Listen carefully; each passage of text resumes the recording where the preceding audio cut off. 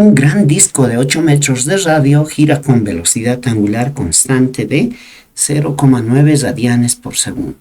Una estudiante de física que se encuentra a 4 metros de su centro lanza verticalmente hacia arriba una pelota que luego cae en la periferia del disco, en el borde. ¿Con qué velocidad fue lanzada la pelota? Bueno, pues coloquemos datos. El disco grande está girando con una velocidad de 0,9 radianes por segundo. Se lanzó verticalmente, pero como el disco gira, pues hace una trayectoria parabólica. No nos dan la altura del muchacho, así que podemos suponer que se ha completado una parábola perfecta, que se desprecia la altura del muchacho en este caso.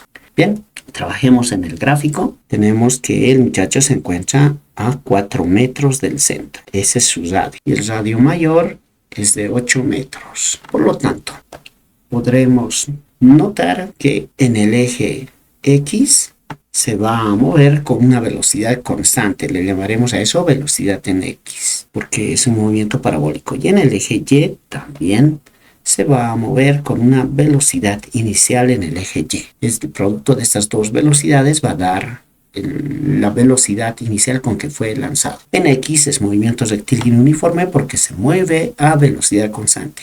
En cambio, en el eje Y varía. Al inicio es más grande, se detiene y vuelve a caer. Eso como dato esencial. Ahora, este radio al que se encuentra el estudiante nos va a servir para poder determinar la velocidad en el eje X, porque recordemos que en el eje X esa velocidad es constante.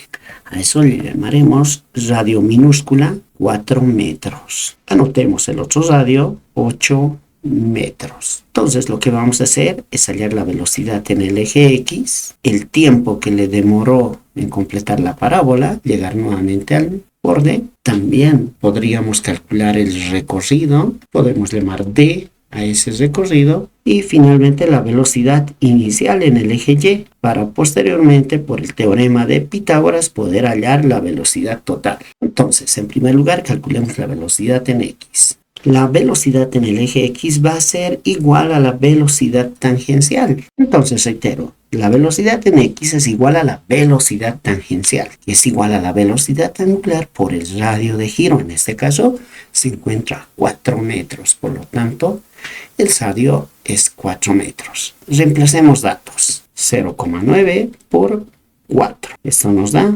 3,6 metros por segundo. Esa es la velocidad constante que lleva en el eje X. Bien, ahora necesitamos conocer esta distancia que recorrió para saber cuánto tiempo le tomó realizar el recorrido. Esa distancia estamos buscando y podemos apreciar que se forma un triángulo rectángulo donde la distancia D es un cateto. Así que, pues, por el teorema de Pitágoras calcularemos esa distancia. Se sabe, según el teorema de Pitágoras, que la hipotenusa elevado al cuadrado es igual a la suma de los catetos al cuadrado. Es decir, en este caso, R minúscula al cuadrado, un cateto, más D al cuadrado. De acá despejamos D y va a ser R al cuadrado menos R minúscula al cuadrado, todo dentro de una raíz. Reemplazamos datos, este es 8 al cuadrado menos 4 al cuadrado. Operamos con calculadora científica, obteniendo una distancia de 4 por raíz de 3. Lo vamos a dejar así, 4 por raíz de 3, en metros por supuesto. Bien, sabemos que en el movimiento parabólico, el movimiento en el eje X, en el eje horizontal, es constante. Por lo tanto, podemos calcular el tiempo con la siguiente fórmula. El tiempo es igual a la distancia partido entre la velocidad que lleva en el eje X. Reemplazamos datos, operamos, obteniendo un resultado a 2 decimales de 1,92 segundos, por supuesto. Bien, ahora, teniendo el tiempo, podemos averiguar la velocidad inicial en el eje Y. ¿Cómo? Observemos la siguiente fórmula. En el movimiento parabólico se sabe que la altura final es igual a la altura inicial más la velocidad inicial en el eje Y por el tiempo menos un medio de la gravedad por el tiempo al cuadrado. Bien, como no nos dieron la altura del muchacho que lanzó la pelota, podemos suponer que la altura inicial tiempo final es 0 y también la altura inicial es 0. Entonces, pues tenemos el tiempo. De acá simplemente despejamos la velocidad inicial. La velocidad inicial en el eje Y va a ser igual a 1/2 de la gravedad por el tiempo al cuadrado y partido entre el tiempo. Podemos simplificar, un cuadrado con el tiempo se van y nos queda 1/2 de la gravedad por el tiempo.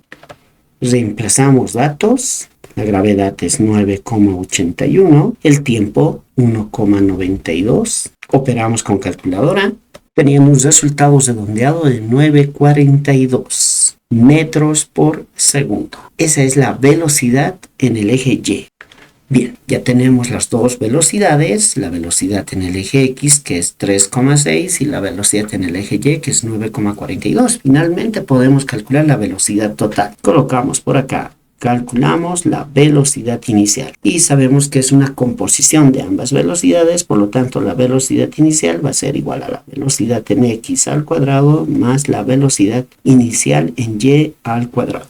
Reemplazamos datos. En X es 3,6 al cuadrado y en Y es 9,42 al cuadrado. Operamos. Teníamos un resultado de 10,08 metros por segundo. Problema terminado. Ahora inténtalo tú.